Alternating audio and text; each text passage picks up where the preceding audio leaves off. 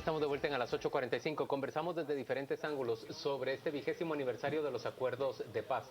La suscripción de los acuerdos entre Unidad Revolucionaria Nacional Guatemalteca y el gobierno de Guatemala, en ese último trecho encabezado por Álvaro Arzú. Pero recuerde usted que los acuerdos de paz fueron un esfuerzo auténtico de más de 4 administraciones de gobierno que arrancan con Vinicio Cerezo, continúan con Jorge Serrano Elías, luego tienen su paso con el gobierno transitorio de Ramiro de León Carpio y finalmente con el de Álvaro Arzú. Nos acompañan dos jóvenes para tratar este tema y ver la perspectiva desde su edad, desde su juventud, sobre qué hemos alcanzado en esos acuerdos de paz 20 años después. Gabriel Huer es integrante de Justicia Ya y Luis Ventura es integrante de Usaques Pueblo. Señores, el tema está planteado. Carmen tiene la primera pregunta. Y la primera para Gabriel es, ¿qué tan conscientes, qué tanto conocen, qué tan comprometidos están los jóvenes, la generación de ustedes, con los acuerdos de paz? Yo creo que muy poco, honestamente. Creo que es algo que se conoce como un momento, un paso histórico y necesario que se dio, pero a raíz de estos 20 años hemos estado hablando, por lo menos desde Justicia Ya, con otros grupos y colectivos de jóvenes, y vemos que la mayoría no tiene realmente un conocimiento ni siquiera de qué incluyen, solo que se firmó la paz, se acabó el conflicto armado interno. Pero no los ha leído. No los ha leído. No los estudió ni en el colegio, ni en la universidad. Nada. No conocen el trasfondo, qué se ha logrado desde entonces. Luis, ¿te frustran o te entusiasman los acuerdos de paz? Realmente creo que los acuerdos de paz tienen algunas coincidencias con lo que nosotros hemos buscado sin saberlo. Yo no conocía los acuerdos de paz al 100%, pero me pareció muy interesante anoche que estaba leyendo acerca de que nosotros salimos a pedir una reforma a la ley electoral y de partidos políticos. Y el segundo acuerdo de paz marca la necesidad de una real democracia en nuestro país. Eso quiere decir que los acuerdos de paz coinciden con los problemas o las demandas. Pero eso también quiere decir que algo que se firmó hace 20 años ha sido letra muerta durante 2 décadas. Está guardado. Y que los han ido redescubriendo ahora, porque vos dicen los acuerdos de paz coinciden con lo que nosotros queremos, no es al revés.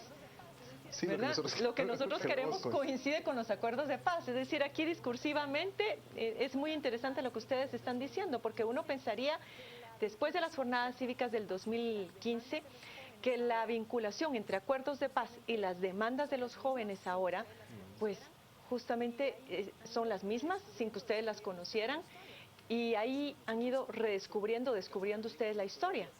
Sí, nosotros, de hecho, en mi caso también fue algo así. Nosotros lo leímos en abril, mayo, por el Diálogo Nacional por la Justicia. Porque nos decían, es que tiene mucho que ver, bueno, vamos, revisemos. Yo los había leído hace muchos años, así por encima. Y ahora sí me tuve a leerlo y me di cuenta, sí, el pluralismo jurídico, por ejemplo, es parte de esos acuerdos. Viene esa idea de ese reconocimiento. Gabriel, pero si en 20 años no se han cumplido, ¿esto es porque hemos sido chambones como guatemaltecos? ¿O porque en realidad perversamente nuestra dirigencia ha evitado que se cumplan porque cambia la estructura del país? Yo creo que o por alguna otra razón, yo no sé cuál. En general yo creo que primero ha faltado voluntad. ¿Pero por qué falta voluntad? Política. ¿Pero por qué falta voluntad? Porque fue un pacto que se hizo en un momento que se necesitaba dar ese paso en el país, pero creo que ya al momento de construir es donde dijimos, bueno, ¿quién construye? ¿Creen que les faltó compromiso? Compromiso. Yo creo algo. Los acuerdos de paz se firmaron hace 20 años. Y mucha de la gente que estaba en el poder hace 20 años está en el poder ahorita. No los quiso cumplir. Muchos diputados que saben sobre los acuerdos de paz hace 20 años siguen en el Congreso entorpeciendo procesos. Yo creo que los acuerdos de paz en gran medida no se han llevado a cabo porque no ha habido un cambio generacional en la política guatemalteca. Y ahora podríamos tener ese cambio generacional, Luis. ¿Tú crees que sí se está? Yo espero que así sea realmente. Yo espero que nuestra sociedad sea capaz de superar la cultura del chisme, por ejemplo, que es una situación que viene a vulnerar los procesos de un cambio generacional en la política. Espero que nuestra generación tenga la capacidad para preocuparse y, en primer lugar, leer los acuerdos de paz y luego hacer un cambio de la gente que nos gobierna. Porque a esa gente no le interesan los acuerdos. Prioricemos. ¿Cuáles serían los cambios fundamentales que tienen que ocurrir en este país inspirados en los acuerdos de paz, Gabriel? En prioridades. Yo creo que la participación política, la democratización de poder participar en la política, creo que es un asunto pendiente y es clave. Eso lo vimos con la ley electoral, por eso en las plazas el año pasado fue una de las demandas principales, porque la barrera para poder participar en política ahorita es muy alta. Se requiere mucho dinero y mucha infraestructura para poder participar, para poder tener un escaño en el Congreso, para poder acceder a una alcaldía en menor medida, pero a puestos altos se requiere. Esa barrera creo que es muy importante. El otro es el reconocimiento también del pluralismo en el que vivimos. Creo que ese va vinculado a la ley electoral, va vinculado al sistema de justicia. ¿Quiere decir que el Estado deje de reflejar solamente una estructura de corte occidental y que se vuelva una estructura más plural? Se vuelve una estructura que refleje realmente nuestra realidad.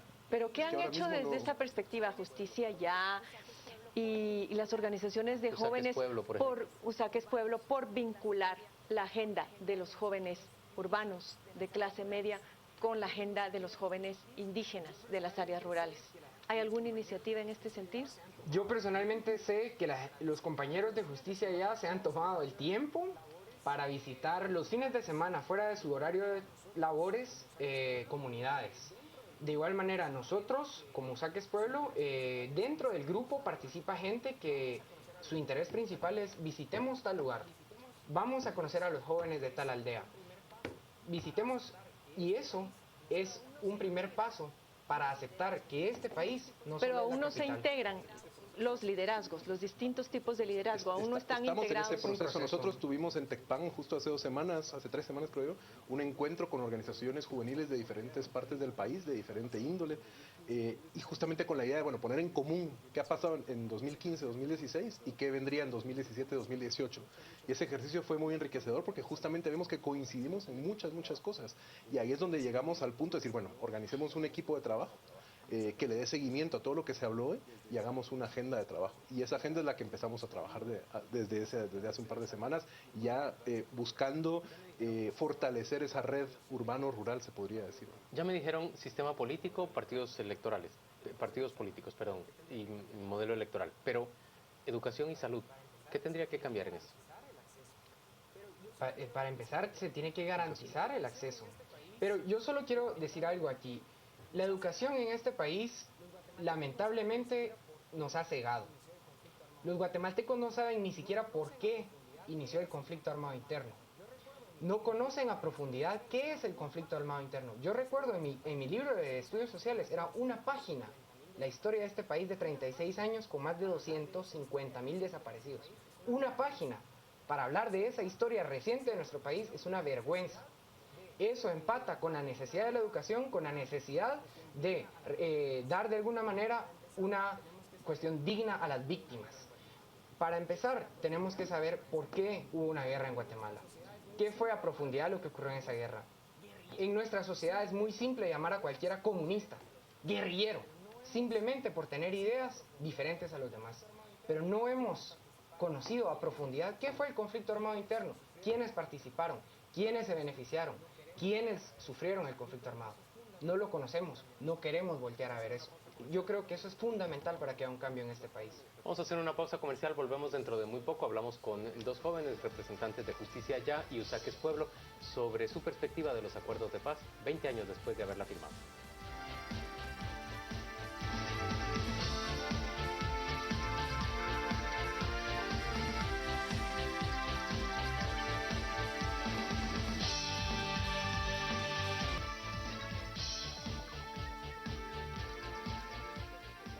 Estamos de vuelta en las 8:45. Conversamos sobre los acuerdos de paz vistos por los jóvenes 20 años después.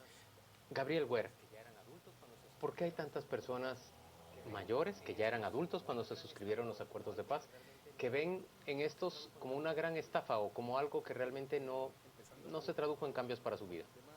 Creo que empezando por el tema otra vez de la desinformación que hay, ¿verdad? No se conocen a fondo los acuerdos de paz, no se conoce también el alcance de su implementación, realmente qué se ha implementado, qué no, qué ha quedado fuera. Pero la verdad es que no cambiaron gran cosa los acuerdos de paz. Los acuerdos de paz yo creo que fueron un pacto que se hizo en un momento muy específico que luego que nos ha permitido ciertas libertades políticas y ciertos cambios que han sido importantes, pero en esencia y en estructura, las cosas no han cambiado mucho. En estructura tendríamos que hablar también en actitudes, me parece a mí.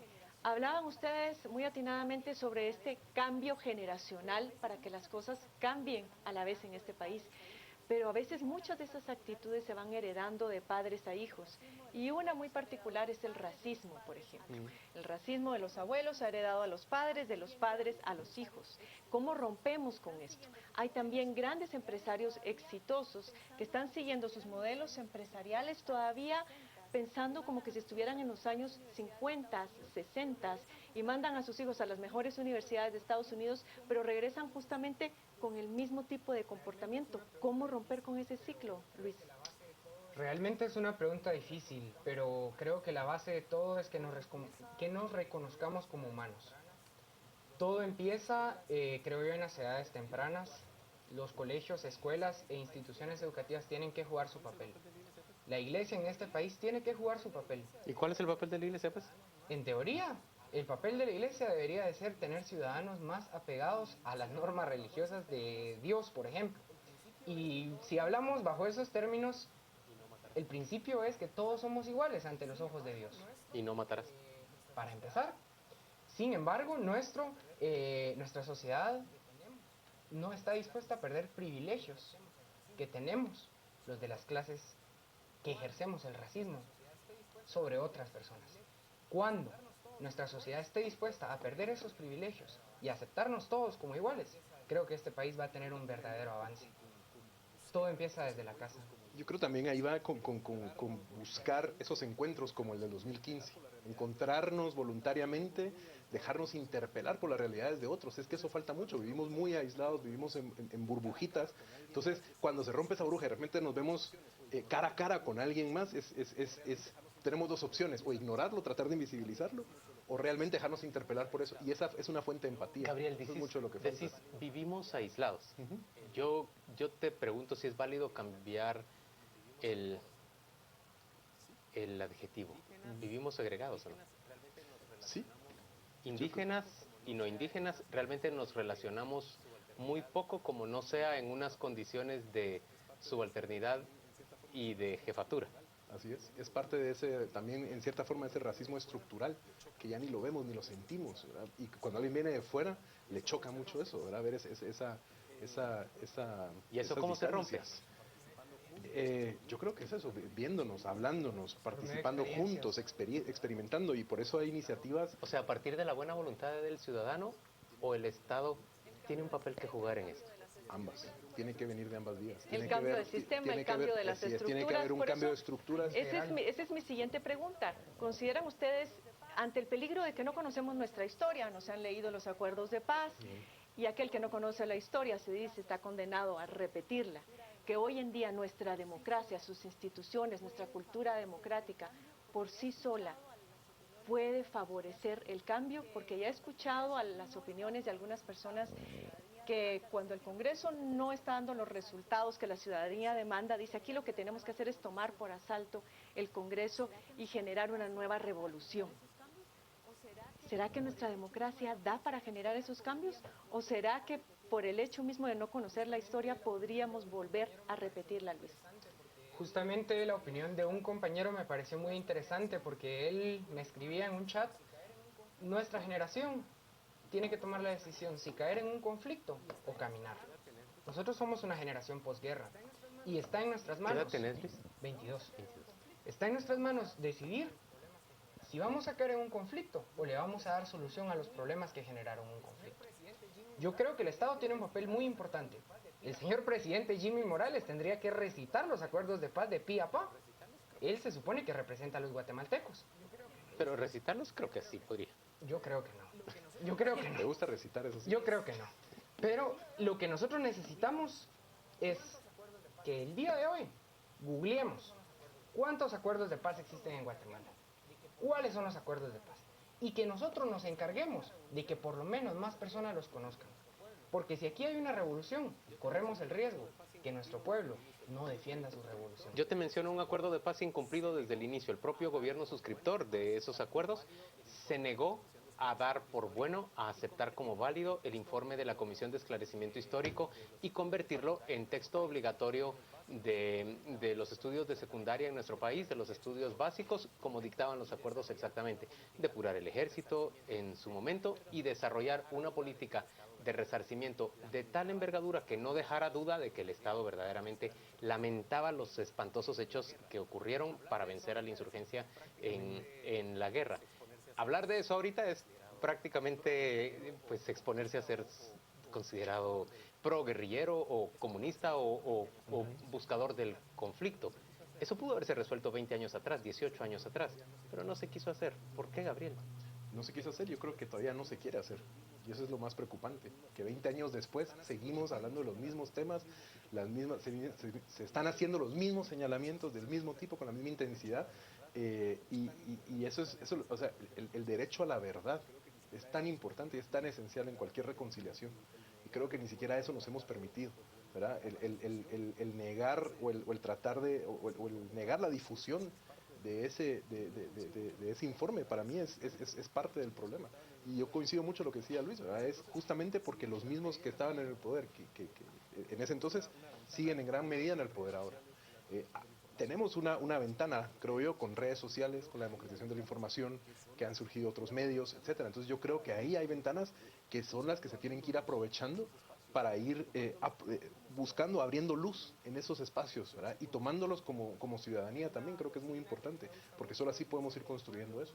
Hay una consigna que a mí me gusta mucho y dice: el pueblo unido camina sin partido. Si nosotros fuéramos conscientes de la realidad, este país no tendría los políticos que tenemos. Luis Ventura, Gabriel Guer, gracias a ambos por acompañarnos a las 8:45. Y es momento ya de darle paso al debate abierto a las 10 p.m. Gracias.